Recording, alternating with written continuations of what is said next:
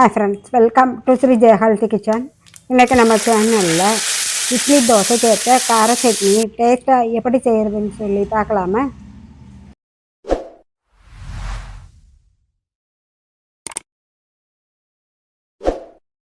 தேவையான பொருட்கள்: மிளகாய் வத்தல் 10, பூண்டு 10, கருவேப்பிலை 4 டேபிள் ஸ்பூன், கொத்தமல்லி 2 டீஸ்பூன், தக்காளி பழம் 2, பெருங்காயத்தூள் 1/4 டீஸ்பூன், உப்பு தேவையான அளவு, நல்லெண்ணெய் 50 மில்லி, கடுகு 1/2 டீஸ்பூன், உளுந்தம்பருப்பு 1/4 டீஸ்பூன்.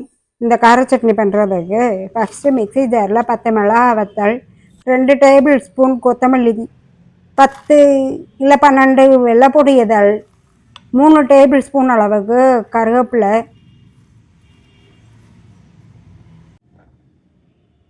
பெருங்காயத்தூள் 1/4 டீஸ்பூன், உப்பு தேவையான அளவு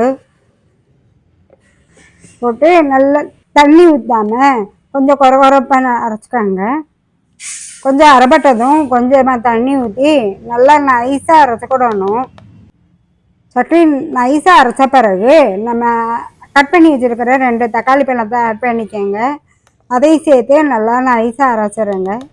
இப்போ ஒரு ஃப்ரைங் பேனில் 50 மில்லி அளவுக்கு நல்லெண்ணெயை ஆட் பண்ணிக்கோங்க. நல்லெண்ணெய் ஹீட் ஆனதும் ஒரு டீஸ்பூன் அளவுக்கு கடுகும் 1/2 டீஸ்பூன் அளவுக்கு உளுந்தம்பருப்பும் போட்டு பொரிய விடுங்க. கடுகு பொரிய ஆரம்பித்ததும் நம்ம அரைச்சி வச்சுருக்கிற சட்னியை ஆட் பண்ணுங்கள். சட்னியோட மிக்ஸி ஜாரை தண்ணி ஊற்றி கழுவி அந்த தண்ணியையும் ஆட் பண்ணிக்கோங்க. இப்போ எல்லாத்தையும் நல்லா மிக்ஸ் பண்ணிவிட்டு கொஞ்சம் நேரம் கொதிக்க விடுங்க. சட்னி கொதிக்க ஆரம்பித்ததும் தெறிக்க ஆரம்பிக்கும். அதனால் ஒரு 5 நிமிஷம் மட்டும் மூடி வச்சு வேக வைங்க. 5 நிமிஷம் கழிச்சு சட்னி கொஞ்சம் கெட்டியாயிரும். அதுக்கப்புறம் தெரிக்காது. அப்பப்போ கிண்டி விட்டுக்கிட்டே இருக்கணும், இல்லைன்னா அடியில் ஒட்டிடும்.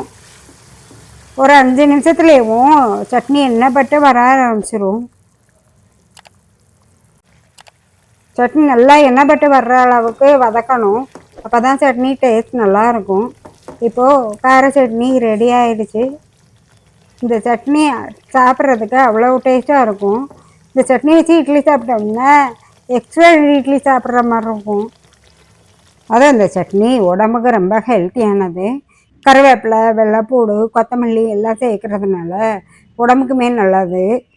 காரம் கொஞ்சம் குறைவாக வேணும்னு நினச்சிங்கன்னா, சின்ன குழந்தைகளுக்கும் கொடுக்கணும்னு நினச்சிங்கன்னா 5 மிளகாய் வத்தல் கூட வச்சுக்கிடலாம். இல்லை காரம் நல்லா காரமாக வேணும்னா இன்னும் கொஞ்சம் எக்ஸ்ட்ரா சேர்த்துக்கோங்க.